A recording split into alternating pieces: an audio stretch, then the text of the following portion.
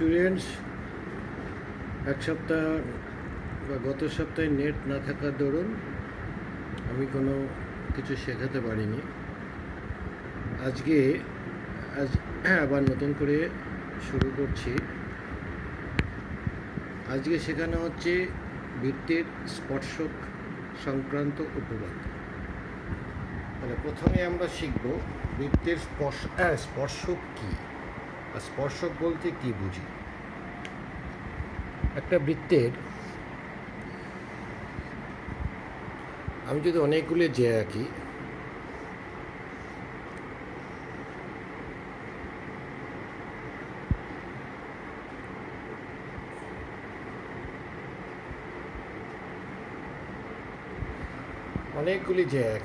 তাহলে দেখা যাচ্ছে প্রত্যেকটা জ্যা বৃত্তকে দুটো বিন্দুতে ছেদ করেছে। এটাও দুটো বিন্দুতে ছেদ করেছে, এটা দুটো বিন্দু, এটাও দুটো বিন্দু, কিন্তু এটা বৃত্তকে একটি বিন্দুতে ছেদ করেছে বা স্পর্শ করেছে। তাহলে যে সরলরেখা বৃত্তকে একটি বিন্দুতে ছেদ করবে সেটা আমরা বলতে পারি স্পর্শক। স্পর্শক বৃত্তকে শুধুমাত্র একটি বিন্দুতেই স্পর্শ করবে, তার মানে এই বিন্দুটাকে বলা হয় স্পর্শ বিন্দু। যদি আমরা এটা পি ধরি তাহলে এটা হলো স্পর্শ বিন্দু, আর এটা হচ্ছে বৃত্তের কেন্দ্র। মনে রাখতে হবে এখানে আর একটা শর্ত, স্পর্শক হওয়া মানেই বৃত্তের স্পর্শবিন্দু এবং কেন্দ্রগামী সরলরেখাটি স্পর্শকের সঙ্গে 90 ডিগ্রি কোণ হবে। সবসময় মনে রাখতে হবে স্পর্শ বিন্দুগামী ব্যাসার্ধ স্পর্শকের সঙ্গে 90 ডিগ্রি কোণ হবে, লম্ব হবে। এটা প্রথম এবং একমাত্র শর্ত। আরেকটা শর্ত বললাম যে যখন কোনো কোনো বৃত্তকে একটি বিন্দুতে ছেদ করবে তখন সেটাকে স্পর্শক বলা হয়। কিন্তু অ্যাকচুয়ালি স্পর্শক বলতে বুঝবো যে বৃত্তকে কোনো একটি সরলরেখা যদি স্পর্শ করে, একটি বিন্দুতে স্পর্শ করে এবং স্পর্শ বিন্দুগামী ব্যাসার্ধ যদি স্পর্শকের ওই সরলরেখার সঙ্গে 90 ডিগ্রি কোণ করে থাকে, তাহলে আমরা তাকে বলবো সেটি একটি স্পর্শক। তার মানে এটা বলতে পারি এ বি এই বৃত্তের একটা স্পর্শক। এই প্রশ্নমালাতে 3টে উপপাদ্য আছে। প্রথম উপপাদ্যটাই আছে যেটা একটু আগে বললাম, যে বৃত্তের স্পর্শবিন্দুগামী ব্যাসার্ধ বৃত্তের স্পর্শকের উপর লম্ব। ওটাই আমার প্রমাণ করতে হবে। তাহলে প্রথমে একটা ছবিটা এঁকে নিই। এখানে একটা স্পর্শক আঁকলাম, এটা কেন্দ্র। তার মানে যদি এটা আমি নাম দিই এ বি, এটা হচ্ছে পি, তাহলে এটার প্রদত্ত কি হবে? ও কেন্দ্র বিশিষ্ট একটি বৃত্তের পি বিন্দুতে এ বি একটি স্পর্শক, এটাই প্রদত্ত। ও কেন্দ্র বিশিষ্ট বৃত্তের পি বিন্দুতে এ বি একটি স্পর্শক। প্রামাণ্য এপি লম্ব ওপি লম্ব এবি, এটা হচ্ছে প্রামাণ্য। একটা অঙ্কন আছে, এই এবি সরলরেখার উপরে যে কোনো একটা বিন্দুতে আমি কিউ একটা বিন্দু নিলাম এবং ও কিউ যুক্ত করা হলো। এটা হচ্ছে অঙ্কন। বলতে হবে এবি স্পর্শকের উপরে কিউ যে কোনো একটি বিন্দু নেওয়া হলো, ও কমা কিউ যুক্ত করা হলো। এবার প্রমাণ, খুব ছোট্ট প্রমাণ।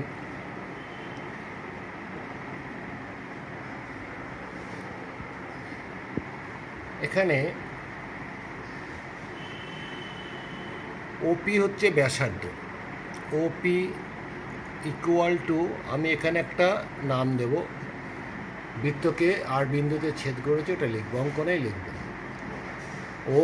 ও কমা কিউ যুক্ত করা হলো এবং বৃত্তকে আর বিন্দুতে ছেদ করবে। তাহলে ওপি ব্যাসার্ধ, ও আরও ব্যাসার্ধ, তাহলে ওপি এটা আমি লিখতে পারি দুটোই ব্যাসার্ধ বা একই বৃত্তের ব্যাসার্ধ। তাহলে আমরা এখান থেকে দেখতে পাচ্ছি ওপি আর ও আর সমান, কিন্তু ও কিউ গ্রেটার দেন ও আর। কারণ আমরা কিউ বিন্দুটা হচ্ছে বৃত্তের বাইরে আছে, তাহলে ও কিউটা অবশ্যই ও আর এর থেকে বড়। তাহলে ও কিউ যদি ও আর এর থেকে বড় হয়, যেহেতু আগেই দেখেছি ওপি আর ও আর সমান, তাহলে ওপি গ্রেটার দেন ও আর। তাহলে ওপি গ্রেটার দেন ও আর, সরি আমি একটা ভুল লিখেছি।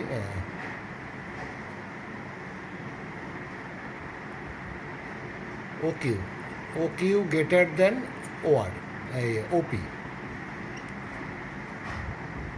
ও কিউ গ্রেটার দেন ওপি, ও আর এর জায়গায় আমি ওপি বসালাম। তাহলে এখান থেকে আমরা বলতে পারি যে এই কিউ বিন্দুর অবস্থান এ বি স্পর্শকের যে কোনো জায়গায় হোক না কেন, সবসময়ই ও কিউ গ্রেটার দেন ওপি হবে। কী বললাম, এই কথাটা লিখতে হবে কিন্তু। কিউ বিন্দুর অবস্থান এ বি স্পর্শকের উপর যে কোনো জায়গায় হোক না কেন, সর্বদা ও কিউ গ্রেটার দেন ওপি হবে। একমাত্র কিউ বিন্দুর অবস্থান পি বিন্দুতে হলে OP is equal to O Q হবে। এই কথাটা লিখতে হবে। কী বললাম, আবারও বলছি, কিউ বিন্দুর অবস্থান এ বি স্পর্শকের উপর যে কোনো জায়গায় হোক না কেন, ও কিউ গ্রেটার দেন ওপি হবে। অর্থাৎ কিউ বিন্দু আমি যদি এখানে লিখি তাও ও কিউ বড়, এখানে যদি কিউ বিন্দু ধরি তাও ও কিউ বড়, এখানে ধরলেও ও কিউ বড়, এখানে ধরলেও ও কিউ বড় হবে। তাহলে সব সময় ও কিউ ওপির থেকে বড়। একমাত্র কিউ বিন্দুর অবস্থান যদি পি বিন্দুতে হয়, তবেই ওপি আর ও কিউ সমান হবে। অর্থাৎ কোনো একটা বিন্দু থেকে একটা সরলরেখার উপরে সবথেকে ছোট দূরত্বটাই হলো লম্ব। তাহলে ওই কথাগুলো যে আমি বললাম আবার বলে দিচ্ছি, ওটা লিখবি। কিউ বিন্দুর অবস্থান এ বি সরলরেখার উপরে যে কোনো জায়গায় হোক না কেন, ও কিউ গ্রেটার দেন ওপি হবে। একমাত্র কিউ বিন্দুর অবস্থান পি বিন্দুতে হলে তবেই ওপি আর ও কিউ সমান হবে। অর্থাৎ ওপি হলো ও বিন্দু থেকে এ বির ওপরে ক্ষুদ্রতম দূরত্ব। কী বললাম, ওপি হলো ও বিন্দু থেকে এ বি এর ওপর ক্ষুদ্রতম দূরত্ব। অতএব ওপি লম্ব এ বি। আশা করছি বুঝতে পেরেছিস। এটাও কিন্তু খুব ছোটো হলেও গতবার পরীক্ষায় দিয়েছিল, তোদের হয়তো এর নাম আসতে পারে, কিন্তু গতবার পরীক্ষাটা দিয়েছিল। এরপরে যেটা করাচ্ছি সেটা তোদের জন্য এবছরে খুব ইম্পর্টেন্ট। আমার যতদূর মনে পড়ছে বোধহয় এটাই এসছিল এবার। যাক, এটা পরীক্ষায় দেয়, যেটা দিচ্ছে এবার।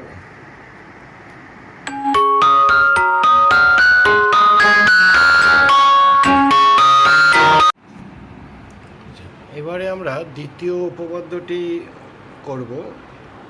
বৃত্তের বহিস্থ কোনো বিন্দু থেকে যে দুটি স্পর্শক অঙ্কন করা যায়, তাদের স্পর্শ বিন্দু দুটির সঙ্গে বহিস্থ বিন্দুর সংযোজক সরলরেখা দুটির দৈর্ঘ্য সমান এবং তারা কেন্দ্রে সমান কোণ উৎপন্ন করে। অর্থাৎ যাকে বলে নিই, একটা বহিস্থ কোনো বিন্দু থেকে বৃত্তে কিন্তু দুটো মাত্র স্পর্শকে অঙ্কন করা যায়। অর্থাৎ এটা যদি বৃত্ত হয় আর এটা একটা বহিস্থ বিন্দু, এখান থেকে মাত্র আমি এই একটা স্পর্শক, এই একটা, এর বেশি কিন্তু স্পর্শক অঙ্কন করতে পারবো না। তাহলে আমি ধরে নিলাম ও কেন্দ্রীয় বৃত্ত, আর পি হচ্ছে বহিস্থ বিন্দু, এ হচ্ছে এখানে স্পর্শবিন্দু, এখানে বি হচ্ছে স্পর্শবিন্দু। তাহলে আমাকে বলেছে ও কেন্দ্রীয় বৃত্তের বহিস্থ বিন্দু পি, এটা লিখবে। ও কেন্দ্রীয় বৃত্তের বহিস্থ বিন্দু পি পি বিন্দু থেকে দুটি স্পর্শক পি এ এবং পি বি অঙ্কন করা হলো। প্রামাণ্য এই দুটো লিখতে হবে প্রয়োগের এই প্রদত্তের মধ্যে। এ কমা ও এবং বি কমা ও যুক্ত করা হলো, ও পি যুক্ত করা হলো,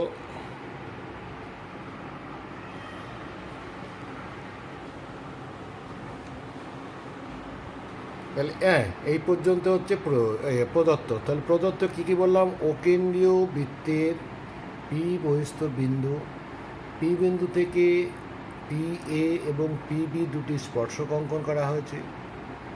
এ কমা ও এবং বি কমা ও যুক্ত করা হলো,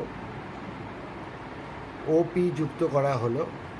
তাহলে প্রামাণ্য 1 নম্বর হলো এপি ইকুয়াল টু বিপি, আর 2 নম্বর হলো যে কেন্দ্রের সমান কোণ উৎপন্ন করবে, তার মানে A O P angle is equal to B O P. তাহলে এই দুটো হচ্ছে প্রামাণ্য। অঙ্কন কিছু নেই, এটা সরাসরি প্রমাণ করলেই হবে। তাহলে প্রমাণ,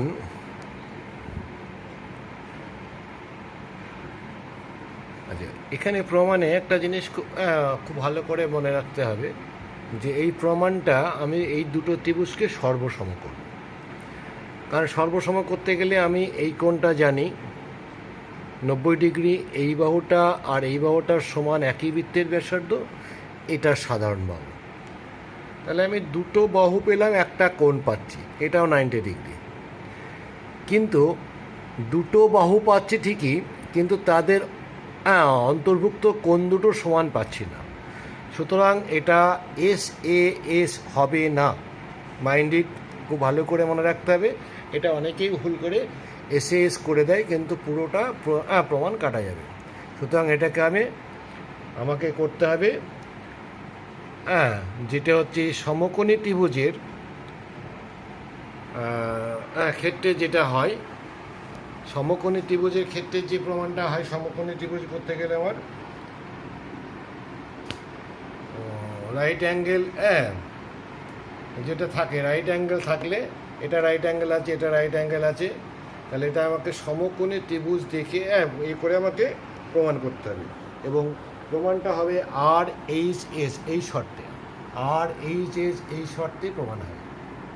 তাহলে প্রথমেই আমি প্রমাণটা শুরু করছি। প্রথমে বলবো যেহেতু এ পি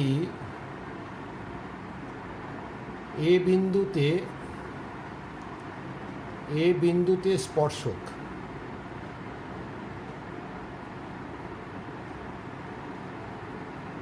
তাহলে অতএব ও এ লম্ব এপি বা O angle O AP is equal to 90 degree. আবার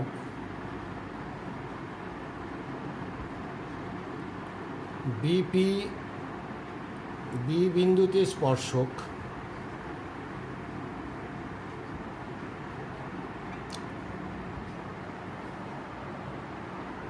বিপি বি বিন্দুতে স্পর্শক,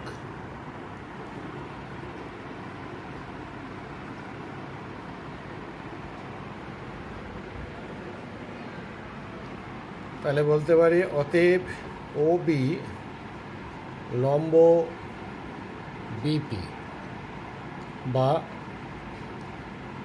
ও BP angle O BP equal to 90 degree.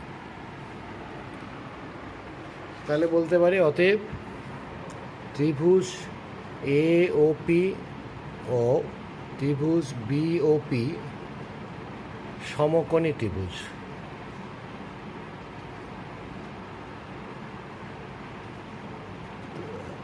সমকোণী ত্রিভুজ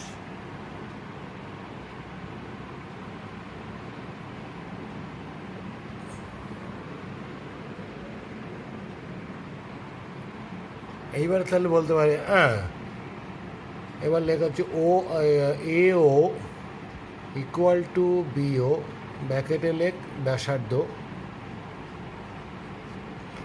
আর ওপি সাধারণ অতিভুজ। সাধারণ বাহু না লিখে সাধারণ অতিভুজ লিখলে ভালো হবে, সাধারণ অতিভুজ। তাহলে অতএব ত্রিভুজ এওপি সর্বসম ত্রিভুজ বিওপি, ব্র্যাকেটে লিখবি আর এইচএস সর্বসমতার সূত্র অনুসারে, আর এইচএস সর্বসমতার সূত্র অনুসারে। তাহলে হ্যাঁ, এই দুটো ত্রিভুজ যেই সর্বসম হয়ে গেল, তাহলে আমি বাকিটা এবার করে ফেলতে পারবো।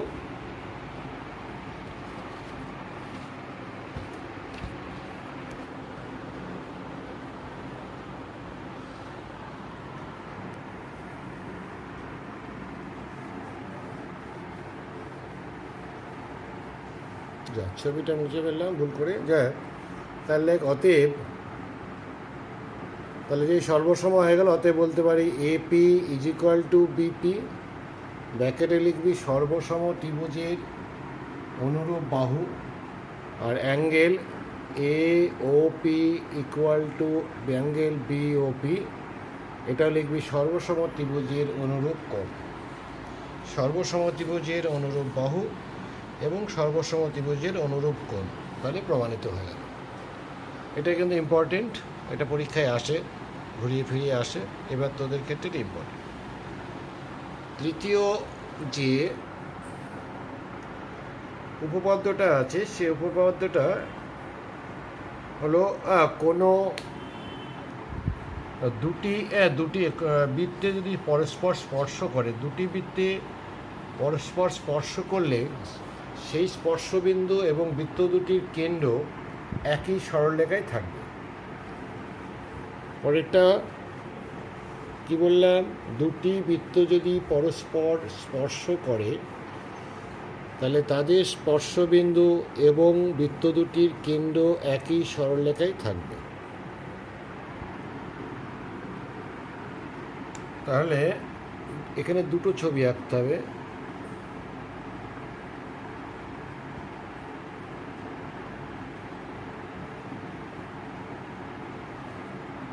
আর একটা ছবি আঁকবো, এটা বহিঃস্পর্শ করেছে আর একটা অন্তঃস্পর্শ।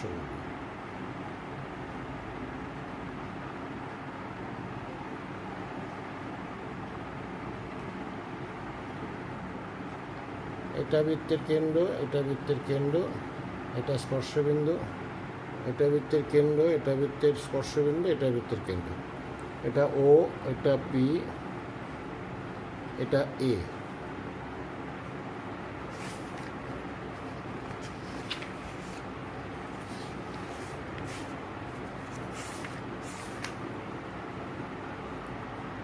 তাহলে এটা আমরা নাম দিতে পারি ও,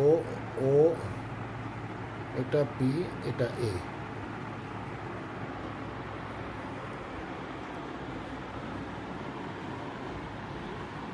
এটা হচ্ছে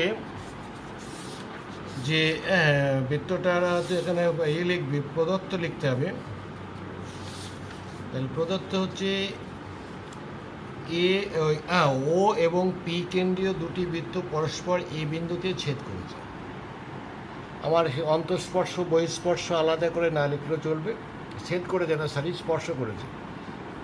ও কেন্দ্রীয় এবং পি কেন্দ্রীয় দুটি বৃত্ত পরস্পর এ বিন্দুতে স্পর্শ করেছে। প্রামাণ্য, ওটা প্রদত্ত হয়ে গেল। প্রামাণ্য ও কমা এ কমা পি সমরেখ, ও কমা এ কমা পি সমরেখ।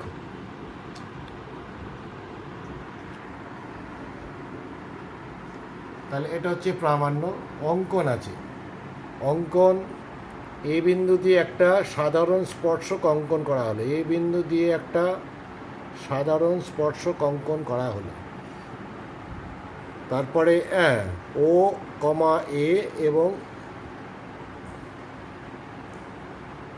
ও কমা পি কমা এ যুক্ত করা হলো। এটা কিন্তু কখনোই বলবি না ওপি যুক্ত করা হলো, ওপি যুক্ত করা হলেই পুরোটা ভুল হয়ে গেল। বলতে হবে ও কমা এ এবং পি কমা এ যুক্ত করা হলো।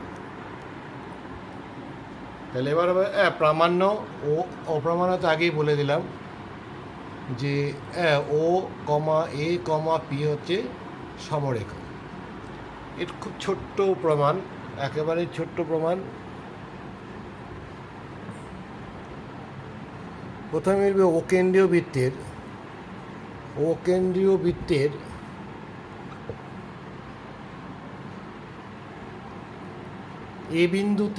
এ বিন্দুতে এটা নাম দেদার টি, এ বিন্দুতে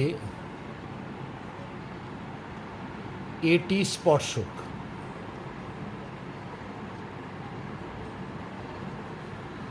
এ বিন্দুতে এটি স্পর্শক। তাহলে অতএব ও এ লম্ব এটি, আবার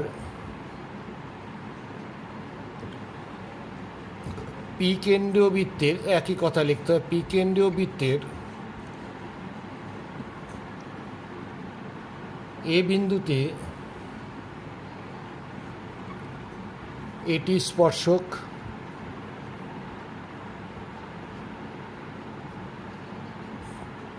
তাহলে অতএব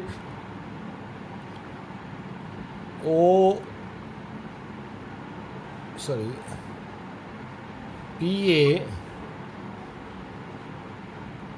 লম্ব এটি, পি এ লম্ব এটি।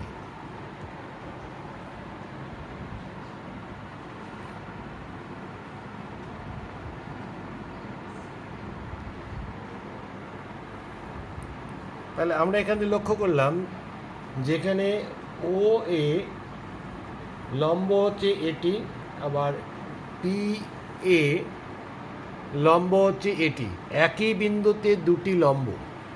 তাহলে এবার লিখতে হবে এ বিন্দুতে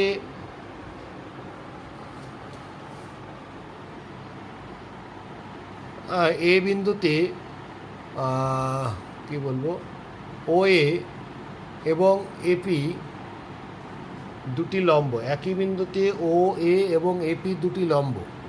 তাহলে অতএব ও এ পি একই সরলরেখায় আছে। এটা এইভাবে বলা যায়। আর একভাবে বলা যায় যে এইটা 90 ডিগ্রি, এটা 90 ডিগ্রি বললে যেহেতু লম্ব ও এ টি 90 ডিগ্রি, আবার পি এ টি 90 ডিগ্রি, তো 90 ডিগ্রি যোগ করলে 180, সুতরাং এটা একটা সরলরেখা।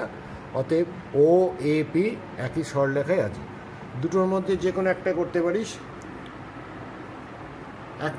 কি বললাম আমি আবারও বলছি, এটা বলতে পারি যুক্তি দিয়ে এ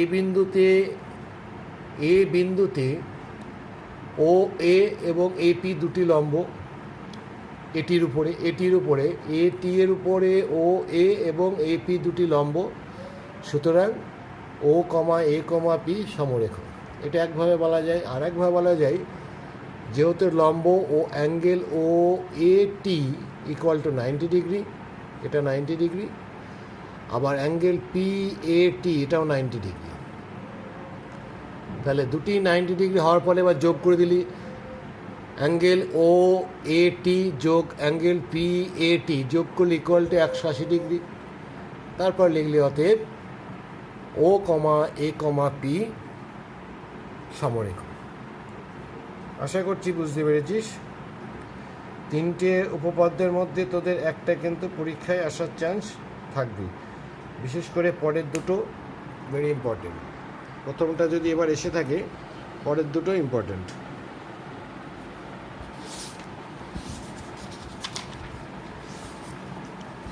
এবার আমরা প্রথম যে এমসিকিউগুলো করবো, এমসিকিউ কোথায় আছে দেখি দাদা। হ্যাঁ, 15.2 219 পাতাতে যে এমসিকিউগুলো আছে সেই এমসিকিউগুলো এবার আমরা করছি।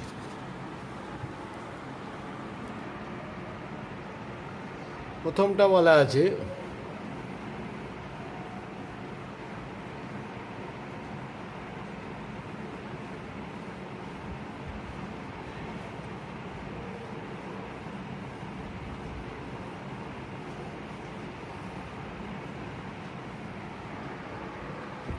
অকেন্দ্রীয় বৃত্তের বহিস্থ এ বিন্দু থেকে অঙ্কিত স্পর্শক বি বিন্দুতে স্পর্শ করে ও বি 5, এও 13, এ বি দৈর্ঘ্য কত? খুব সহজ। প্রথমে একটা বৃত্ত আঁকলি, বহিস্থ একটা বিন্দু আছে, এটা বলা আছে, তাহলে এটা ও, কিন্তু এ বিন্দু থেকে স্পর্শক, এ বিন্দু থেকে বি বিন্দুতে স্পর্শক ও বি 5, এটা 5, এটা 13, তাহলে এইটা কত? তাহলে আমরা জানি এটা একটা সমকোণী ত্রিভুজ। তাহলে সমকোণী ত্রিভুজ যদি হয়,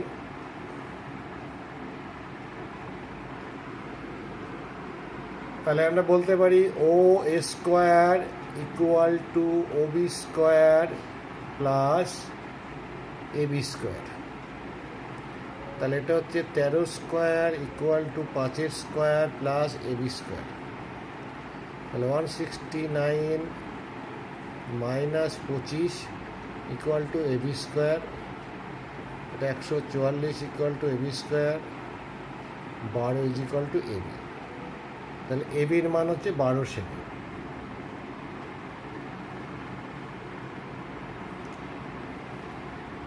দুয়েরটা আছে, দুটি বৃত্ত পরস্পরকে সি বিন্দুতে বহিঃস্পর্শ করলে, দুটি বৃত্ত পরস্পর বহিঃস্পর্শ করেছে সি বিন্দুতে, এটা বিন্দুটা সি, এ বি বৃত্ত দুটি একটা সাধারণ স্পর্শক, এ বি হচ্ছে বৃত্ত দুটি সাধারণ স্পর্শক। না, এটা নয় সাধারণ স্পর্শক, এটা হচ্ছে এইরকম।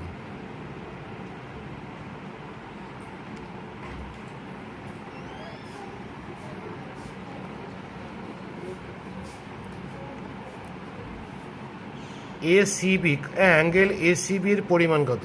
এ সি, এটা এ, এটা বি, এটা সি, এ সি বি কত?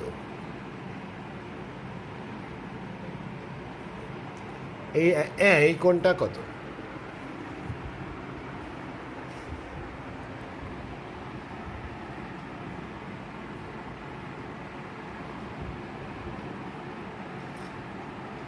এটা এমনি প্রমাণ করা যায়, একটাদের একটা প্রমাণ আছে।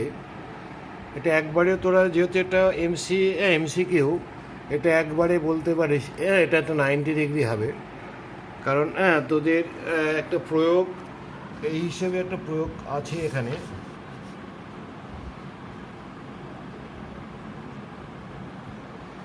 এই যে এই প্রয়োগটা দেখ, লক্ষ্য কর, এই প্রয়োগটা, এই যে আর এ এস প্রমাণ করো, আর এ এস ইজিক্যাল টু 100। তাহলে এখানে অত বড় প্রমাণ করা তো সম্ভব নয়। তা আমরা এখান থেকে সরাসরি এটাকে বলে দিচ্ছি, এটা হচ্ছে 90 ডিগ্রি। যখনই বৃত্ত পরস্পর বহিঃস্পর্শ করবে, আর বহিঃস্পর্শ করার পরে যদি একটা কোনো সাধারণ স্পর্শক যে দুটো বিন্দুতে ছেদ করবে, তাহলে ওই বহিঃস্পর্শ বিন্দুতে একটি 90 ডিগ্রি কোণ উৎপন্ন হবে। তাহলে A C B, angle A C B is equal to 90 degree, angle A C B equal to 90 degree. এটা তোরা সরাসরি বলে দিতে পারি। আর যদি বলিস যে এটাকে আবার প্রমাণ করে, তাহলে প্রমাণটা তোরা প্রয়োগটা একটু দেখে নিস। কারণ এটা এখানে খুব সহজে না, একটু একটু বড় হবে, সামান্য একটু আছে।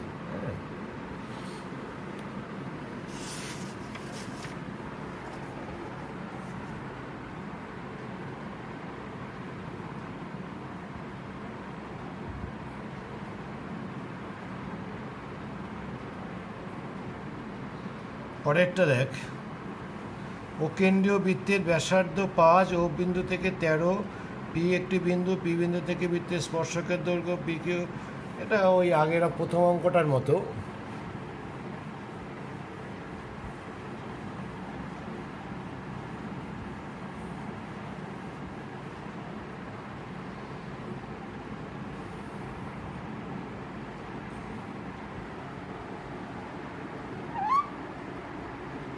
ও কেন্দ্রীয় বৃত্তের ব্যাসার্ধ 5, এটা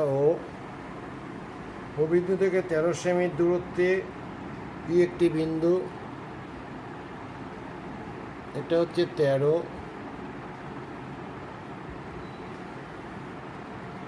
পি বিন্দু থেকে বৃত্তের দুটি স্পর্শক পি কিউ পি আর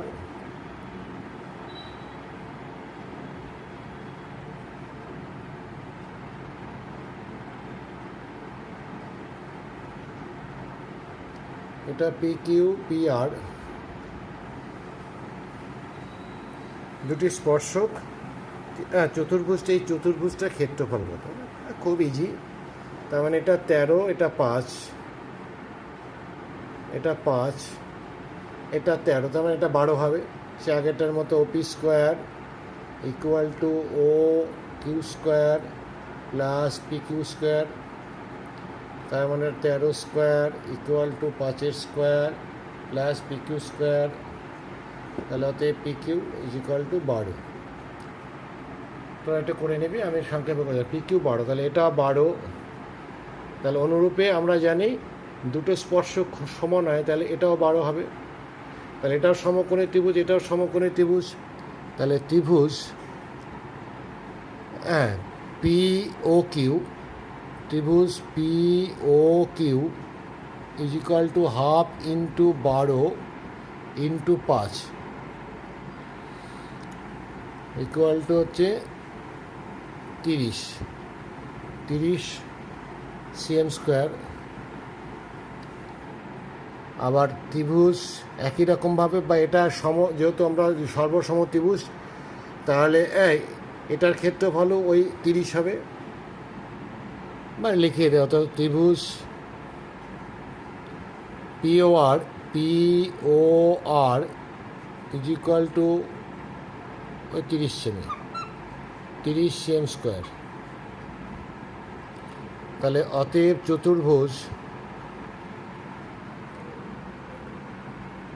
চতুর্ভুজ P Q O R is equal to 30 plus 30 is equal to 60 CM square. আমার মুখের কথাটা একটু ভালো করে শুনে নেবি, বোর্ডে ভালো লিখছে না। তাহলে এটা 3-এরটা হলো, 1 মিনিট।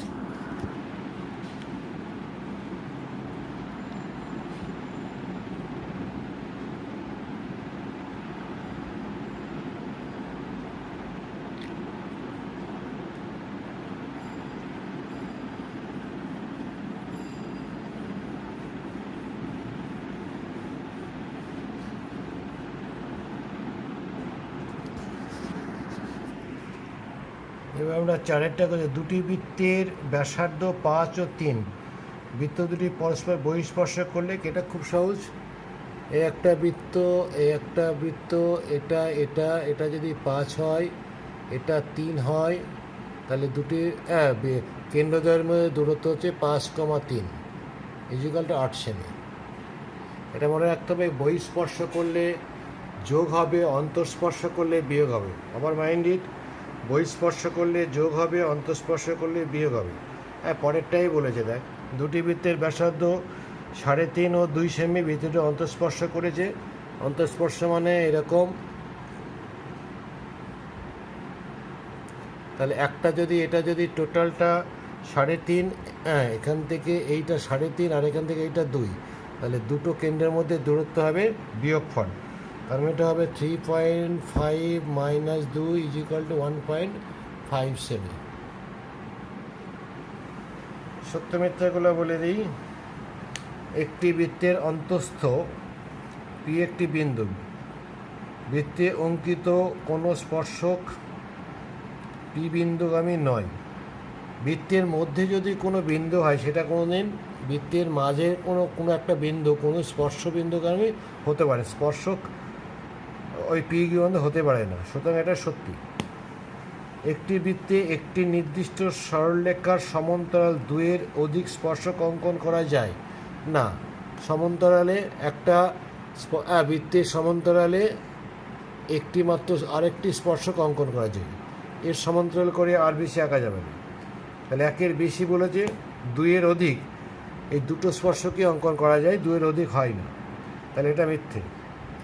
শূন্যস্থান, একটি সরলরেখা বৃত্তকে দুটি বিন্দুতে ছেদ করলে সরলরেখা থেকে বৃত্তের জ্যা বলা হয়। যখন দুটো বিন্দুতে ছেদ করে তখন জ্যা বলা হবে। দুটি বৃত্ত পরস্পরকে ছেদ বা স্পর্শ না করলে বৃত্ত দুটির সর্বাধিক সংখ্যায় কটা স্পর্শক অঙ্কন করা যাবে, আমি এটা এঁকে দেখাচ্ছি। দুটি বৃত্ত যদি পরস্পরকে স্পর্শ বা ছেদ না করে তাহলে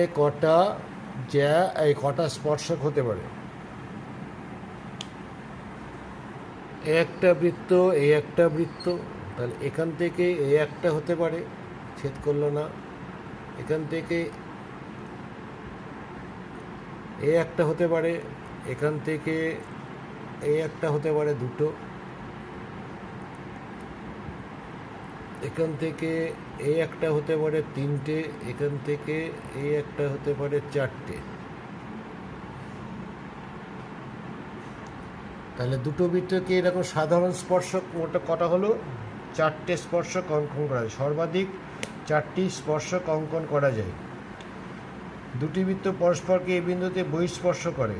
আর পরেরটা, দুটি বৃত্ত পরস্পরকে বহিঃস্পর্শ করেছে। এই বিন্দুতে অঙ্কিত বৃত্ত দুটির সাধারণ স্পর্শক হলো সাধারণ স্পর্শকটি হবে তির্যক সাধারণ স্পর্শক।